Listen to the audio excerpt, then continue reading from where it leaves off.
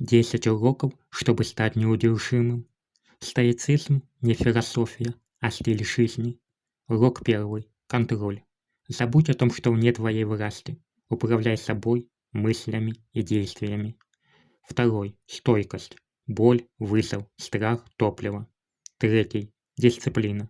Делай, что нужно, даже когда не хочется. Четвертый. Принятие. Не жалуйся, меняй или отпусти. Пятый урок. Цель. Живи не ради удовольствий, а ради смысла. Шестой. Самообладание. Ты не твой гнев, не твой страх. Седьмой. Молчание. Меньше слов, больше действий. Восьмой. Осознанность. Каждый день как последний. Девятый урок. Срушение.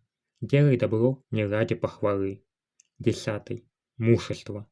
Стой, когда все сдаются. Вот путь стоика. Будь как скала в шторм.